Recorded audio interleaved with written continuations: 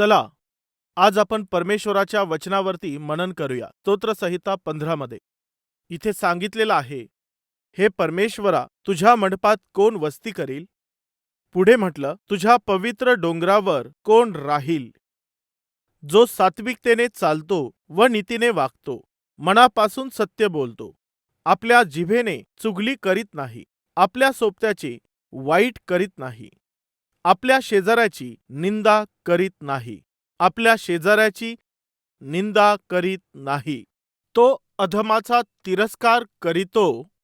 आणि पुढे म्हटलं आहे, परमेश्वराचं भय बाळगणाऱ्यांचा तो सन्मान करीतो.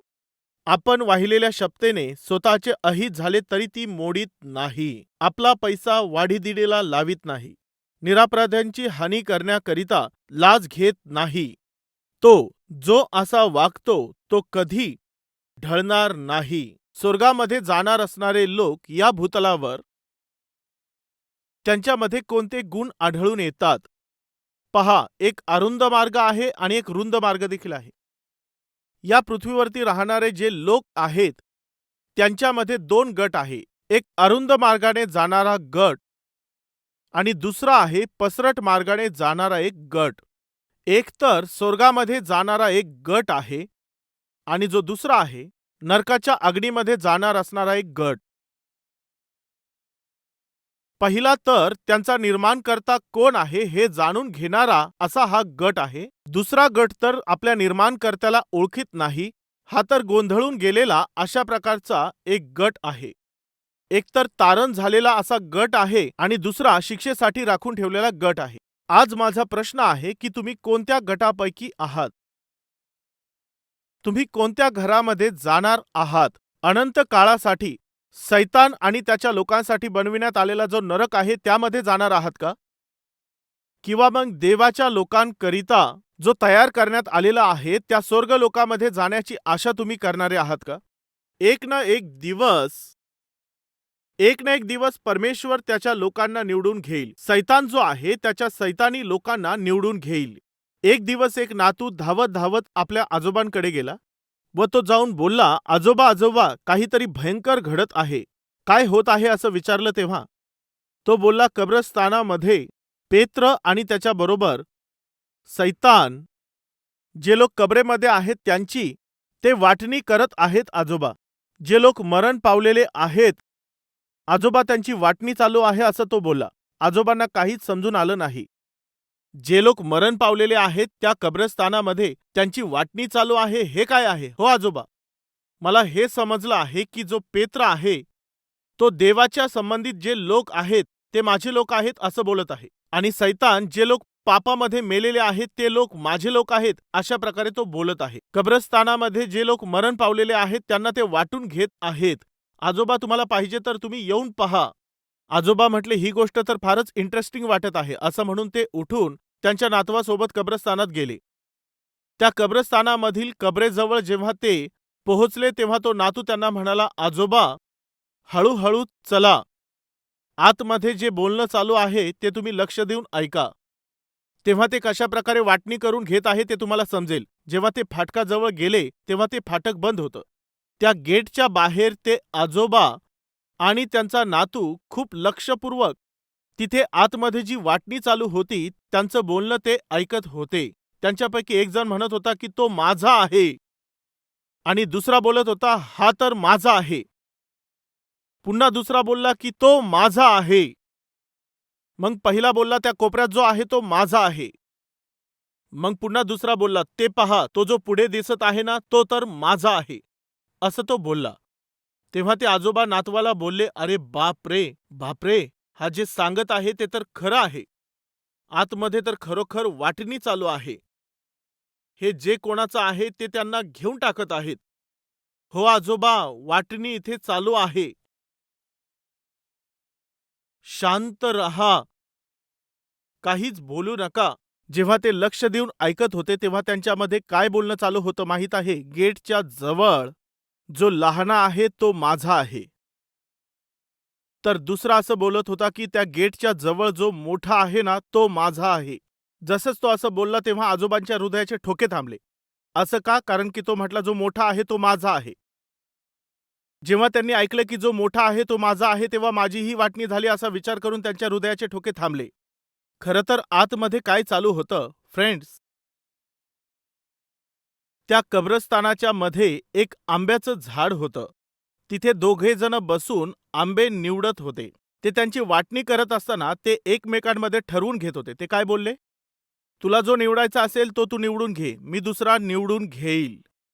तू जो निवडशील तो तुझा आहे असं समजून घे, आणि मी जो निवडील तो माझा आहे असं समजून मी घेईल. असं बोलूनच आंबे निवडण्याच्या त्या प्रक्रियेमध्ये तो माझा आहे, हा तुझा आहे, त्या कोपऱ्यातला माझा आहे आणि या कोपऱ्यातला माझा आहे. गेटच्या जवळ जो छोटा दिसत आहे तो माझा आहे आणि मग जो मोठा आहे तो माझा आहे, अशा प्रकारे दुसरा बोलला. हे बोलणं ऐकल्यावर ते आजोबा त्याच ठिकाणी मरण पावले. मी तुम्हाला ही गोष्ट यासाठी सांगत आहे की एक ना एक दिवस ही वाटणी होणार आहे, हे विसरू नका. एक ना एक दिवस ही वाटणी होणारच आहे. जे लोक ख्रिस्त येशूच्या रक्ताने धुतले गेले आहेत त्यांच्यासाठी प्रभू हे म्हणेल की हे लोक माझे आहेत, तो माझा आहे. आणि जे ख्रिस्ताच्या रक्ताने धुतले गेले नाहीत त्यांच्याविषयी ते लोक माझे आहेत. असं बोलून एका बाजूला सैतान आणि दुसरीकडे परमेश्वर असेल. ठरविण्यात आलेला आहे. वेगळं करण्याचा दिवस निश्चित करण्यात आला आहे. तुम्हाला समजून येईल अशा प्रकारे मी सांगत आहे. वचनाप्रमाणे जर आपण विचार करत आहोत, मत्तईचं शुभवर्तमान अध्याय 25 वचन 32 मध्ये स्पष्ट सांगितलं आहे, त्याच्या पुढे सर्व राष्ट्रे जमविली जातील आणि जसे मेंढपाळ शेरडांपासून मेंढरे वेगळे करीतो तसे त्यास तो एकमेकांपासून वेगळे करील. मेंढरास तो आपल्या उजवीकडे व शेरडास डावीकडे ठेवील. या दोघांना वेगळं करण्यात आलं आहे. उजवीकडे मेंढरांना आणि डावीकडे शेरडांना ठेवण्यात आलेलं आहे. यस, असा वेगळं करण्याचा दिवस आहे. ज्यांनी येशू ख्रिस्ताला तारणारा म्हणून स्वीकारलेलं आहे त्यांना परमेश्वर वेगळं करणार आहे. जे लोक येशू ख्रिस्ताच्या रक्ताने धुतले गेलेले आहेत त्या लोकांना परमेश्वर वेगळं करणार आहे. इथे दोन वेगवेगळे गट आहेत. मेंढरांचा एक गट आणि शेरडांचा गट. सैतानाचा एक गट आणि देवाच्या लोकांचा गट. स्वर्ग राज्यात जाणार असणारा एक ग्रुप आणि नरकाकडे जाणार असणारा दुसरा ग्रुप. आज जर परमेश्वराने आज तुमच्या घराकडे त्याने पाहिलं, तुमच्या घराकडे जर दृष्टी लावली, जरा विचार करा भाऊ आणि बहिणींनो, किती लोक असं बोलू शकतील की जर देवाची वेळ आज आली की आम्हाला निवडून घ्यावं, अशी निवड करण्याची वेळ जर आली तर त्या दिवशी मेंढरांना शेरडांपासून वेगळं करून मेंढरांना तो बोलत आहे, उजवीकडील मेंढरांना तो बोलत आहे, तुमच्याकरिता जे सिद्ध केलेले आहे ते वतन मिळवण्यासाठी माझ्या राज्यामध्ये तुम्ही या. मेंढरांना तो बोलत आहे की हे माझे लोक आहेत, तुम्ही लोक माझ्याबरोबर राहाल. म्हणजे तुमच्या घरामध्ये मेंढरं देखील आहेत, शेरडं देखील आहेत. प्रश्न हा आहे की मेंढरं कोण आहेत आणि बकऱ्या कोण आहेत? आपल्या घरामध्ये स्वर्गात जाणारे लोक देखील आहेत आणि नरकात जाणारे लोक देखील आहेत. तर प्रश्न असा आहे, कोण आहेत जे नरकामध्ये जातील, कोण आहेत जे स्वर्गामध्ये जातील? पेत्र बोलत होता की तो आत्मा माझा आहे, तर सैतान बोलत आहे की नाही नाही, हा आत्मा माझा आहे. ते असं बोलत होते. अशा प्रकारे त्या लहान मुलाने बोललं. ही गोष्ट जर खरी असती तर आज जे तुमच्या बरोबर तुमच्या घरामध्ये राहत आहेत, जर त्यांची निवड करण्याची वेळ आली तर ज्या दूताला परमेश्वराने पाठवलेला आहे तुमच्या घरातील कोणाकडे पाहून असं बोलेल की हा प्रभूचा आहे. देवाने निवड करण्याची वेळ आली तर हा माझा आहे किंवा ही माझी आहे. काय तुमच्याविषयी असं बोलण्यात येईल? जरा विचार करून पहा. किंवा मग सैतान येऊन असं बोलेल की हा माझा आहे. 20 वर्षापासून हा केवळ एक दारुडाच आहे. 20 वर्षापासून हा भटकणारा आहे. कितीतरी वर्षापासून ही व्यभिचारामध्ये आहे. कितीतरी वर्षापासून ही मनाला वाटेल तसं फिरत आहे. कितीतरी वर्षापासून जबाबदारी विसरून जाऊन हा जगत आहे. हा माझाच आहे, ही माझी आहे, असं सगळं तुमचं पाहून सैतान तुमच्याविषयी हे बोलू शकतो. सावध रहा. आणि सर्व शेरडं, डावीकडच्या सर्व बकऱ्या जाळण्याकरिता म्हणून सिद्ध करण्यात आलेले आहेत. परंतु उजवीकडचे जितकेही मेंढरं आहेत त्यांना तर परमेश्वराबरोबर राहण्यासाठी निवडण्यात आलं आहे. पहा जरा आपल्याकडे, जर आज निवड करण्याची वेळ आली तर तुम्ही कोणत्या ग्रुपमध्ये असाल? एकदा आपल्या हृदयावरती हात ठेवून स्वतःला तपासून घेतलं तर खूप चांगलं राहील. पारख करून घेतली तर खूप बरं होईल.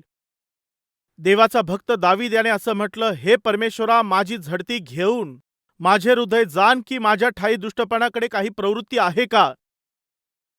माझ्यामध्ये तुला आवडत नाही अशी कोणती दुष्ट प्रवृत्ती आहे काय? असं काही असेल तर माझी झडती घेऊन मला कसोटीस लाव देवा. आज निश्चित आपण ही प्रार्थना केली पाहिजे. देवा परमेश्वरा, तुझ्या राज्यामध्ये येण्यासाठी, तुझ्या राज्यामध्ये जाण्यासाठी काही जर अडखळण असेल तर, असं काहीही माझ्यामध्ये दुष्टपणा आणि अशुद्धता असेल तर माझी झडती घे, मला तू तपास. हडसन टेलर व हडसन टेलर यांची पत्नी या दोघांनी मिळून चीनमध्ये खूप मोठं सेवा कार्य केलं. हडसन टेलर जेव्हा परमेश्वराची सेवा करत होते, हडसन टेलर यांची पत्नी तर काम करून परमेश्वराची प्रीती आपल्या कृतीमधून दाखवत असायची. जेव्हा वचनाचा प्रचार करण्यासाठी तिच्या पतीला बोलावण्यात आलं तेव्हा तिचे पती तर सेवा करत होते. ख्रिस्ताचं प्रेम प्रगट करण्याच्या त्या प्रक्रियेमध्ये त्यांच्याकडे जे काही होतं, जेही कृपादान होते, त्यांचा उपयोग करून त्यांनी तिथे जाऊन सेवा केली. ख्रिस्ताची जी सेवा त्यांनी केली ती किती अद्भुत अशी होती. पुरुषांनी करावयाची सेवा पुरुषांनी केली पाहिजे, स्त्रियांनी करायची सेवा स्त्रियांनीच केली पाहिजे. सेवा ही वचनाला धरूनच असायला पाहिजे.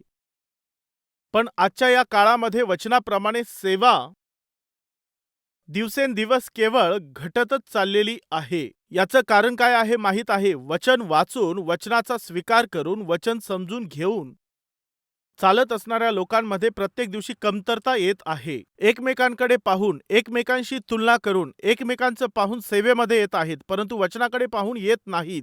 पवित्र आत्म्याने, पवित्र आत्म्याच्या प्रेरणेद्वारे त्या वचनाकडे पाहून, ते वचन वाचून, वचनाप्रमाणे सेवा करणाऱ्या लोकांची घट होत चाललेली आहे. त्या दिवशी बरेचसे लोक प्रभूकडे येऊन म्हणतील की, काय प्रभू, तुझ्या नावाने आम्ही चिन्हे आणि अद्भुते केली नाहीत काय? तुझ्या नावाने आम्ही मोठी कार्य केली नाही का? तुझ्या नावाने दुष्टात्मे काढले नाही का? अद्भुत कृत्य केले नाहीत का? मोठमोठे चिन्ह चमत्कार केले नाहीत का? असं म्हणून बरेचसे लोक तिथे बोलतील. हे सर्व ऐकून परमेश्वर त्यांना असंच म्हणेल, अहो अनाचार करणाऱ्या लोकांनो, तुम्ही कोण आहात? मी तुम्हाला ओळखीत नाही, निघून जा. अनाचाराचा अर्थ माहीत आहे, जे योग्य आचरण नाही ते. दुष्ट आत्म्यांना आम्ही काढलं, अद्भुत असे कृत्य केले, आश्चर्य कार्य केले, असं सर्व ते लोक बोलत होते. आम्ही कोण आहोत हे तुला माहीत नाही, असं कसं काय बोलत आहे देवा? प्रभू, तुझ्या नावानेच आम्ही हे सर्व केलं आहे. हो, परमेश्वराच्या नावामध्येच जेव्हा आम्ही त्याचं नाव घेतो तेव्हा त्याच्या सेवेच्या मध्येच बरंच काही करत असतो, त्याच्या वचनाच्या विरोधामध्ये जाऊन. आणि यामुळेच परमेश्वराने असं म्हटलं, अहो अनाचार करणाऱ्यांनो. काय तुम्हाला समजत आहे? पहा, जो मार्ग अरुंद आहे तो कसा आहे? प्रभूचा मार्ग अरुंद मार्ग आहे.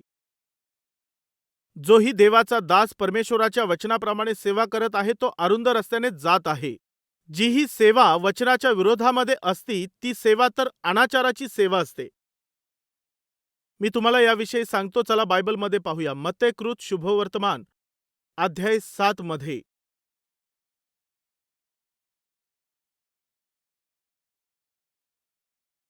वचन 22 मध्ये पहा. जर तुम्ही हे लक्ष देऊन वाचलं तर चांगल्या प्रकारे समजू शकाल. त्या दिवशी काही लोक, अशा रीतीने लिहिलेलं नाही, त्या दिवशी पुष्कळ जण, असंच लिहिलेलं आहे की बरेचसे असतील. त्या दिवशी तर असे बरेचसे असतील. आज असे बरेचसे आहेत जे वचनाचा स्वीकार न करता, वचनाला धरून सेवा न करता, ते जी सेवा करत आहेत ती वचनाला धरून आहे अशा प्रकारच्या संभ्रमामध्ये जगत आहेत. पुष्कळ लोक. तर बायबलमध्ये काय म्हटलं आहे की त्या दिवशी पुष्कळशे लोक माझ्याकडे पाहून प्रभूजी, त्याच्याकडे पाहूनच बोलतील प्रभूजी. याचा अर्थ प्रभू कोण आहे हे त्यांना माहीत आहे. प्रार्थना करणं देखील त्यांना माहीत आहे. वचन काय आहे त्यांना माहीत आहे. प्रचार करणं, लोकांना उपदेश करणं हे त्यांना माहीत आहे. हे सर्व त्यांना माहीत आहे. पुष्कळ लोक त्या दिवशी येऊन असं बोलतील की प्रभूजी, तुझ्या नावाने आम्ही पुष्कळ महत्कृत्य केली नाहीत का? यस, कार्य केलं. भविष्यवाणी करत आहेत आणि भविष्यवाण्या करतील. असे अनेकसे आहेत. काय तुझ्या नावाने आम्ही भूते घालविली नाहीत का? यस, ते भूते घालवित आहेत आणि भूते घालवतील देखील. दुष्ट आत्मे कोणाच्या नावाने काढले? तुझ्या नावाने काढले. बरेचसे लोक भविष्यवाण्या करतील. बरेचसे लोक येशूच्या नावानेच ते दुष्ट आत्मे काढतील. यस, येशूच्या नावानेच ते महान कार्य, महत्कृत्य, अद्भुत कृत्य करत राहतील. ते होतील देखील, हे करतील देखील, तरी देखील ते जातील. बायबलमध्ये हे सर्व काही लिहिलेलं आहे की त्या दिवशी पुष्कळ लोक येशूला म्हणतील की प्रभूजी, तुझ्या नावाने आम्ही संदेश दिले नाहीत का? तुझ्या नावाने आम्ही दुष्टात्मे काढले नाहीत का? तुझ्या नावाने पुष्कळ महत्कृत्य आम्ही केली नाहीत का? हो, त्यांनी केली आहे. त्याच लोकांकडे पाहून प्रभू असं म्हणत आहे. तेव्हा प्रभू असं बोलेल, माझी तुमची कधीही ओळख नव्हती. अहो अनाचार करणाऱ्यांनो, अहो सर्व अनाचार करणाऱ्यांनो. याचा अर्थ माहित आहे काय आहे? योग्य प्रकारे जे कार्य केलं पाहिजे ते न करता. हे काय आहे ब्रदर? प्रचार करणं काय योग्य काम नाही का? अद्भुत कार्य करणं चांगली गोष्ट नाही का? भूते घालविणं ही चांगली गोष्ट नाही का? यस, ते चांगलंच आहे. ज्याला ते सोपविण्यात आलेलं आहे त्यानेच ते केलं पाहिजे. ज्या कोणाला परमेश्वराने जी सेवा दिली आहे त्याने तीच सेवा केली पाहिजे. ज्याला जे पाचारण झालेलं आहे, ज्याला जो आत्मिक अभिषेक केलेला आहे, त्याने त्याच प्रमाणामध्ये त्याचं कार्य पूर्ण करावं. नाही, तो जे करत आहे ते मला करायचं आहे, हे जी सेवा करतात मला करायची, ती जशी सेवा करते तशी मला करायची, हा जसा करतो तसं करायचं, असं बोलून एकमेकांकडे पाहून सेवा केली तर काहीही प्राप्त होणार नाही. सिंहाकडे पाहून तुम्ही सिंह बनू शकणार नाहीत. तुमच्यात कोणताही बदल होणार नाही. जे इतरांकडे पाहून काही करू पाहतात ते करू शकणार नाहीत. अहो अनाचार करणाऱ्या लोकांनो, तुम्ही कोण आहात मला माहिती नाही. माझ्या समोरून निघून जा. ही कशी दुर्दशा आहे जरा एकदा विचार करा. अद्भुत कार्य केल्यानंतर, भूते घालविल्यानंतर, भविष्यवाण्या केल्यानंतर देखील देवाच्या समोरून घालविल्या जाणं किती भयंकर असेल, ही किती वाईट गोष्ट असेल. जरा एकदा याविषयी विचार करा. कोणतं पाप केलेलं आहे? अनाचार. तो अनाचार कोणता आहे? सत्य वचनाकडे दुर्लक्ष केलं. जिवंत वचनाला, सत्याने भरलेल्या या वचनाला या लोकांनी आपल्या मनाला वाटेल तसं, आपल्या स्वइच्छेप्रमाणे त्यांनी त्याचा वापर केला. तीच देवाची सेवा, तेच देवाचं पाचारण, तीच परमेश्वराची इच्छा आहे, उद्देश आहे असं बोलून देवाविषयी संभ्रम पसरवलेला आहे. शेवटी जेव्हा ते समोर आले तेव्हा देवाच्या समोरून घालवून देण्याची त्यांची वेळ आली. यामुळे जरा स्वतःला तपासा. माझ्या भावांनो व बहिणींनो, स्वतःची तपासणी करा. जर तुम्ही सेवेमध्ये आहात, जर तुम्ही कोणत्या प्रकारे सेवेमध्ये आहात, तर काय तुम्ही योग्य प्रकारे सेवा करत आहात का? किंवा मग चुकीच्या मार्गाने सेवा करत आहात? तुमचे उद्देश घेऊन, तुमचे विचार घेऊन, तुमची इच्छा घेऊन, हेच देवाचं वचन आहे, हीच त्याची इच्छा, त्याचा उद्देश आहे, अशा प्रकारचा विचार करून संभ्रमात जर तुम्ही जात असाल तर सावध राहा. ही स्वतःची फसवणूक आहे. हडसन टेलर परमेश्वराने निवड केलेले ते देवाचे मिशनरी होते. ते एक अद्भुत असे सेवक होते. त्यांची पत्नी देखील अद्भुत रीतीने सेवा करणारी होती.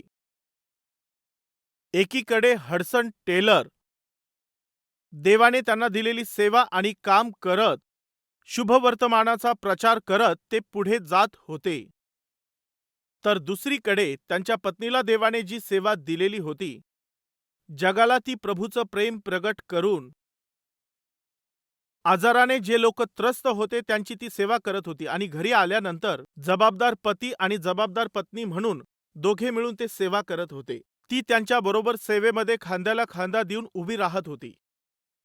जर कधी संधी मिळाली तर हडसन टेलर यांची लाईफ बायोग्राफी आणि त्यांचा व्हिडिओ नक्कीच पहा. कुठेही तुम्हाला संधी मिळाली तर त्यांच्याविषयी तुम्ही नक्की पहा.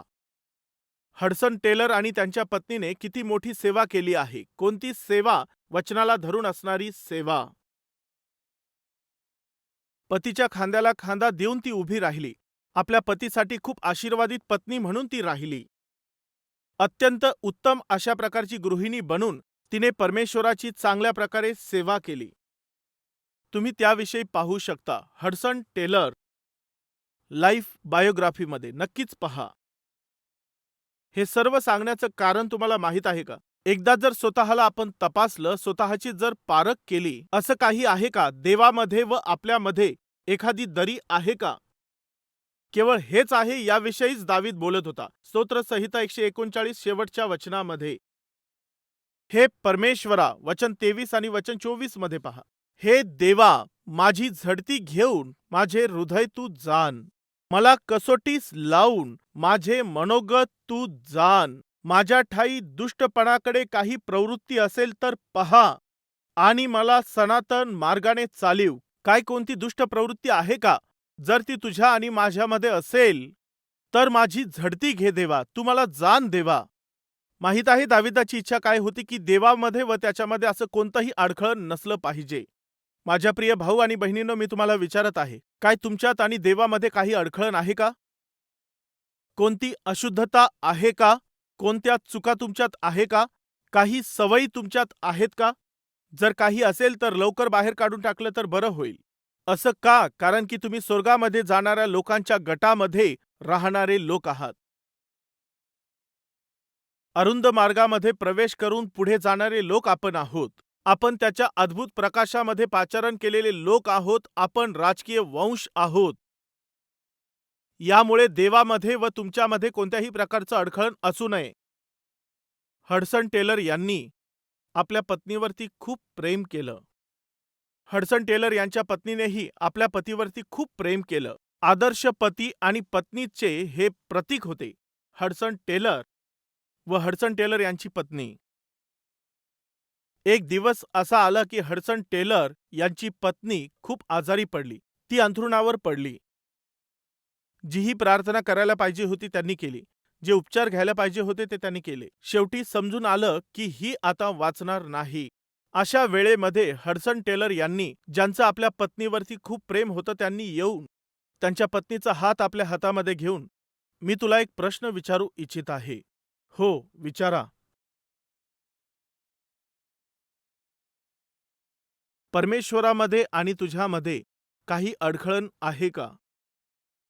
निश्चितपणे तू परमेश्वराकडे जाऊन त्याच्याजवळ तू राहावी अशी मला आशा आहे, असं बोलून तुझ्यामध्ये व देवामध्ये काही अडखळण असेल तर ते जर तू व्यवस्थित केलंस तर बरं राहील, असं ते बोलले. यासाठी की त्यांची पत्नी निश्चितपणे स्वर्गामध्ये गेली पाहिजे. जर एखादी चूक किंवा एखादं पाप असेल तर तिच्या मनामध्ये किंवा तिच्या हृदयात असेल तर या विचारासहज मरणार असणाऱ्या आपल्या पत्नीला जाऊन त्यांनी विचारलं, काहीही अडखळण आहे का? त्यांनी तिला विचारलं. जेव्हा ते असं विचारत होते तेव्हा हडसन टेलर यांच्या पत्नीने त्यांच्याशी एक खूप चांगली गोष्ट बोलली. ज्या दिवशी माझं तारण झालं त्या दिवसापासून आजपर्यंत माझ्यामध्ये व माझ्या देवामध्ये एक ढग देखील मध्ये आलं नाही. एक ढग देखील मध्ये आलं नाही. तुम्हाला माहित आहे ना ढग कसे असतात? तुम्ही वर पाहिलं तर ढग दिसतात, काही वेळ गेल्यानंतर काहीही दिसत नाही. सर्व काही साफ होऊन जातं. क्षणामध्ये ढग निघून जातात. याचा अर्थ हडसन टेलर यांनी अशा प्रकारे म्हटलं, एका सेकंदासाठी देखील, एका मिनिटासाठी देखील देवामध्ये आणि माझ्यामध्ये काही आलं नाही. मी काहीही मध्ये येऊ दिलं नाही. ही किती अद्भुत अशी साक्ष आहे, किती अद्भुत साक्ष आहे. परमेश्वरामध्ये आणि माझ्यामध्ये मी काहीही येऊ दिलं नाही. माझ्या भावांनो व बहिणींनो, आज तुमची साक्ष काय आहे? काय आहे साक्ष? आमच्या जीवनामध्ये निश्चितपणे देवामध्ये आणि आपल्यामध्ये काही ना काही गोष्टी येत असतात ना? आपल्यामध्ये आणि देवामध्ये नेहमीच काही ना काही अशुद्धता येत असते ना? पापमय सवय नेहमीच आपल्याकडून काहीतरी वाईट करून घेते ना? ती आपल्या जीवनामध्ये एखाद्या सवयीप्रमाणे बदललेली आहे ना? ही गोष्ट चांगली नाही.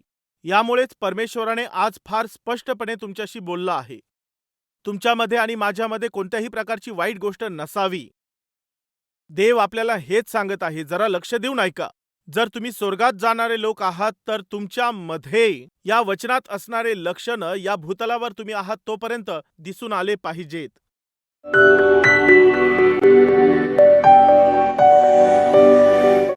महान पवित्र परमेश्वर बापा, फार सरळ आणि स्पष्टपणे वचनाद्वारे तू आमच्याशी बोललास. स्वर्गात जाणाऱ्या लोकांमध्ये कोणते लक्षणं असले पाहिजे हे तू आम्हाला सांगितलंस. हे देवा, एका बाजूला आमची स्थिती कशी आहे, काय आम्ही स्वर्गात जाणाऱ्या लोकांच्या गटात आहोत किंवा नरकामध्ये जाणाऱ्या लोकांबरोबर आम्ही आहोत, काय आम्ही शेरडांच्या गटात आहोत किंवा मग आम्ही मेंढरांच्या गटामध्ये आहोत. आज आमच्या मध्ये केवळ हाच प्रश्न उभा राहत आहे. हे परमेश्वरा, जितक्याही लोकांचं आज तुझ्याबरोबर खरं नातं नाही, तर जर धीर नसेल, जर शांती नसेल, आपल्या मनामध्ये जर समाधान नसेल, आपल्या मनाला वाटेल तसं जगणाऱ्या लोकांची आज तू भेट घे व त्यांचा तुझ्याबरोबर समेट होण्यासाठी त्यांची तू मदत कर. येशू ख्रिस्ताच्या नावाने ही प्रार्थना मागत आहोत बापा. आमेन.